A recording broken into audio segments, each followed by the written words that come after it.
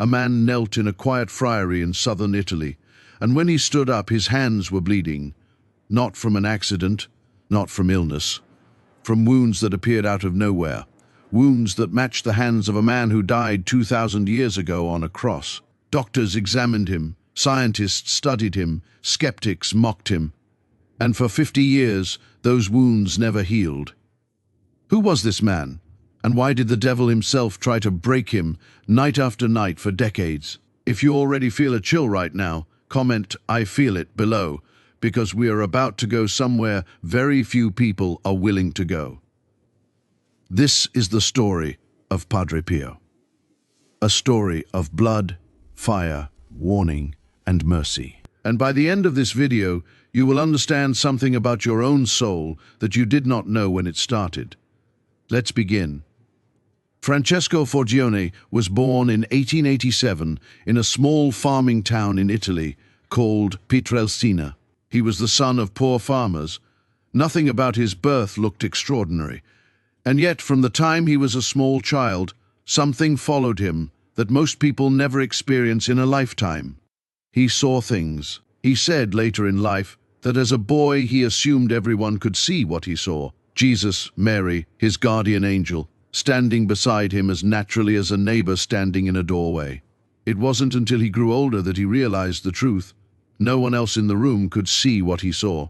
He was seeing into a world most of us spend our whole lives trying to reach with prayer, and failing.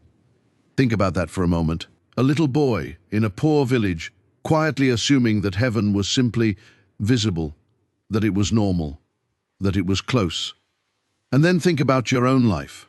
How far away does heaven feel to you right now? How long has it been since you felt anything close to what that child felt as ordinary?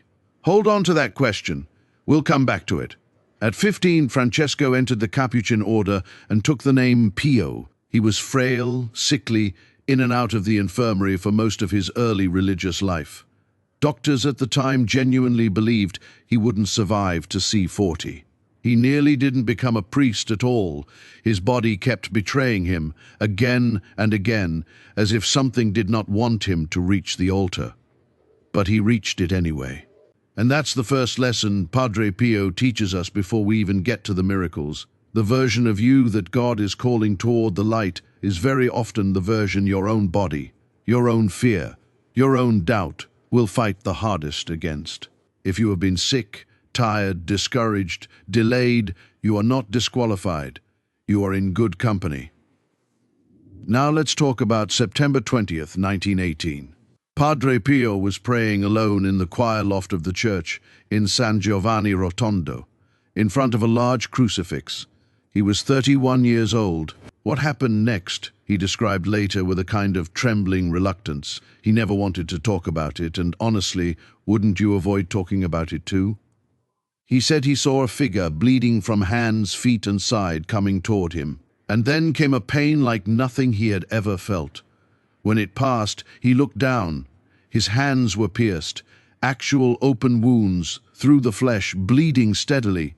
His feet the same, and on his side, a wound like a spear thrust, weeping blood and a clear fluid that had no scientific explanation. The stigmata, the wounds of Christ crucified, appearing on the body of a living man. This wasn't a private rumor that faded quietly. This became one of the most scrutinized medical phenomena of the 20th century. Doctors, including skeptical, non-religious physicians sent specifically to disprove it, examined those wounds for years. They tried disinfecting them to see if infection would set in. It never did. They tried to explain the smell that visitors reported near him, a scent of roses and violets with no earthly source, and could not. For 50 years those wounds bled, every single day. He lost, by some estimates, roughly a cup of blood daily, and yet he did not become anemic. He said Mass for hours, sometimes taking 10 times longer than an average priest, because he would pause, weeping, seeing something in the altar that the rest of the congregation could not. And here's what stops me every time I think about this part of his story. He never once bragged about it. He begged God to take it away. He wrote to his spiritual director asking, pleading, Why must I carry this in public? He wanted the wounds to be invisible. He wanted to suffer for souls in secret, not to be stared at like an exhibit. I want you to pause and really think about that. We live in a world obsessed with being seen. We curate our pain to get sympathy. We perform our faith for likes. We want people to notice how much we're suffering. Padre Pio had the most visible, undeniable proof of divine favor a human being can carry, and he asked God to hide it. That's the second lesson. True holiness doesn't want an audience. It wants souls saved. Sit with that. Now, the devil. This is the part of Padre Pio's story that gets left out of the softened, watered-down versions, because Padre Pio didn't just carry the wounds of Christ. He fought, physically and spiritually, against demonic attacks that would sound unbelievable if they weren't so thoroughly documented by the friars who lived alongside him. The other monks in his friary would hear crashing in his cell at night, furniture overturned, loud, violent noises, as if a struggle were taking place.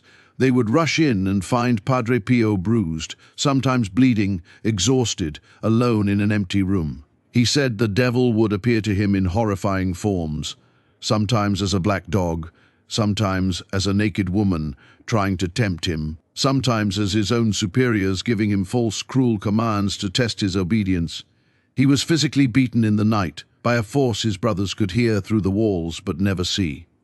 Why? Why would hell spend so much energy on one poor friar in a small Italian mountain town? Because of what he was doing in the confessional. Padre Pio spent up to 19 hours a day hearing confessions. People came from all over the world. The line to confess to him could take days, even weeks of waiting. And he wasn't gentle in the way we imagine gentle. He could read souls. He knew, supernaturally, sins that people had never spoken aloud to another living person. Men and women would kneel down, intending to hide something, and Padre Pio would stop them mid-sentence and name the sin they hadn't confessed, sometimes decades old, sometimes something they'd buried so deep they'd almost convinced themselves it never happened. He wasn't doing this to shame people. He was doing it because he understood something most of us try very hard to forget. Hidden sin is a wound that festers. Confessed sin is a wound that heals. Every soul that walked out of that confessional set free was a soul stolen back from hell's ledger. Of course hell fought him. He was, quite literally, the busiest exit door out of darkness in all of 20th century Europe. Here's your actionable piece for today, and I want you to actually do this, not just nod along and scroll past it. When was the last time you made a real confession? Not a vague, sorry God, my bad, whispered in your car, but an actual, specific, humbling confession. Padre Pio said that the confessional was not a courtroom. It's a hospital. You don't go to a hospital and hide your wound from the doctor out of embarrassment. You show him exactly where it hurts. That's the only way it heals. If you're Catholic and you've been putting off confession, this is your sign. Go this week, not someday. This week. Let's talk about bilocation, because this is where even hardened skeptics start to squirm. Padre Pio rarely left San Giovanni Rotondo in his later decades. His health, and eventually his religious superiors, kept him close to the friary. And yet there are documented, sworn testimonies from people all over the world who insist they encountered him in the flesh, in places he never physically traveled to. During World War II, American pilots were reportedly ordered to bomb the area around San Giovanni Rotondo. Multiple pilots later gave accounts, separately without coordinating their stories, of seeing a bearded friar in the sky in front of their planes and being unable to release their bombs no matter what they tried. Years later, some of these same pilots visited the friary after the war, saw Padre Pio in person for the first time, and reportedly froze, insisting this was the same face they'd seen from the cockpit. There are accounts of soldiers on battlefields who said Padre Pio appeared beside them in their darkest hour, gave them peace, and vanished. There are accounts of the dying, in hospitals thousands of miles from Italy, who said Padre Pio came to their bedside, blessed them, and then was gone before a nurse could even confirm who had entered the room. Was he actually there? Or was it something else? A grace, a vision, a mercy sent in his image? Even his own order never claimed to fully explain it. And honestly, I think that's the point. Some things are not meant to be explained, they're meant to be received. If any part of what I've just said gave you chills, comment, "I feel Padre Pio's presence right now. I mean it." Don't just think it, type it. Sometimes obedience starts with something that small.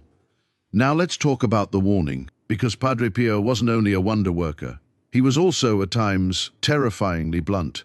He was known to warn his spiritual children, the people who wrote to him for guidance, about the danger of a lukewarm faith, not cold faith, not hot faith. Lukewarm. He believed lukewarm faith was more dangerous than open unbelief because a lukewarm soul has convinced itself it's already safe. It shows up to Mass out of habit, prays out of obligation, and never actually surrenders anything real to God. He often reminded people that the rosary was not a decoration or a good luck charm to keep in a car or a drawer. He called it a weapon. He is widely remembered for describing it as something you should never put down, treating it essentially like the one thing standing between a soul and the enemy on a bad night. Whether or not he ever used that exact phrase, that was unmistakably his posture toward it. Not a pretty object, but a spiritual weapon, meant to be worn out from use, not kept clean and untouched on a shelf. Here is your second piece of actionable spirituality, and I want you to actually try this tonight. Don't just say the rosary as a checklist to get through. Slow down. Pick one mystery, just one, and actually picture it. If it's the agony in the garden, picture Christ sweating blood, utterly alone, while the people who loved him fell asleep nearby. Sit in that scene for a full minute before you even say the first Hail Mary. Padre Pio said the rosary should be prayed like you're holding the hand of your mother while she walks you through the darkest hallway of your life. Not recited, held onto. Faith as small as a mustard seed, Christ said, can move a mountain. Not faith that's impressive, not faith that's loud, faith that's simply real, small, planted, and alive. Padre Pio's whole ministry was built on convincing broken, doubting, embarrassed people that their mustard seed faith was enough to start. You don't need a cathedral-sized faith today. You need a real one. Even a cracked, half-doubting, help my unbelief kind of faith. That's the seed he wanted planted. I want to tell you about his death, because even that carried a mark. Padre Pio died on September 2003, 1968. 50 years, almost to the day, after he first received the stigmata. In his final hours he was heard whispering the words, "Gesù Maria," Jesus Mary. The same words he had repeated quietly, almost like a heartbeat, his entire adult life. And in the hours after his death, something happened that even his own community wasn't prepared for. The wounds, the stigmata that had bled every single day for half a century, were gone, completely healed. No scars, no marks, as if they had never existed. Think about the meaning packed into that moment. 50 years of visible, undeniable, bleeding suffering, and the second his earthly work was done, it vanished, healed instantly, like it had simply been borrowed. As if the wounds were never really his to keep. They were his to carry for a while, for the sake of others.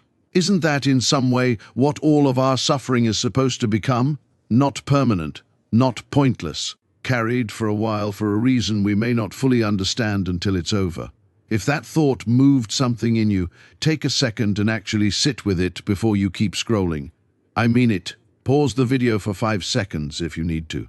Padre Pio was canonized a saint by Pope John Paul II in 2002 in front of hundreds of thousands of pilgrims in Rome, one of the largest canonization crowds in modern history.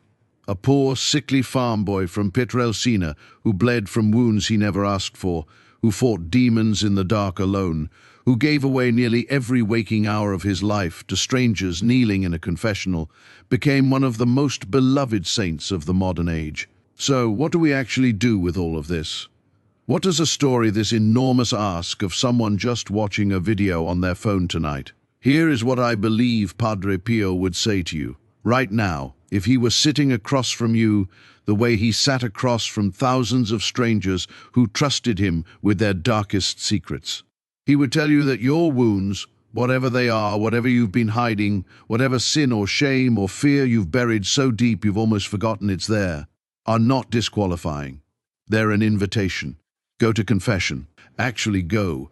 He would tell you to stop treating prayer like a spare tire, something you only reach for in an emergency. Prayer, he believed, is the lifeline itself, not the backup plan. You don't wait until you're drowning to learn how to hold onto a rope. You hold on to it every single day, so that when the storm comes, your hands already know the grip. And he would tell you that lukewarm is the most dangerous place a soul can live. Not because lukewarm people are bad, but because lukewarm people are comfortable enough to never ask for more. If this story moved you even a little, if something in your chest tightened when you heard about those 50 years of bleeding hands, or the demons in the dark, or the wounds vanishing the second his mission was complete, do something small right now, like this video. Comment one word, whatever's true for you in this moment: faith, hope, confession, Padre Pio, and subscribe, because we are going deeper into these stories. The saints, the miracles, the warnings the modern world has quietly forgotten. And I don't want you to miss what's coming next. Before you go, I want to leave you with this. Padre Pio used to bless people with a simple, quiet phrase, almost like a whispered promise passed from his hand to theirs. So wherever you are right now, whatever you're carrying, whatever wound you've been hiding, whatever doubt has made your faith feel small and tired, receive this. May God bless you. May Our Lady keep you close. And may your small, cracked mustard seed faith be enough to move whatever mountain stands in front of you tonight. Go in peace, and I'll see you in the next one.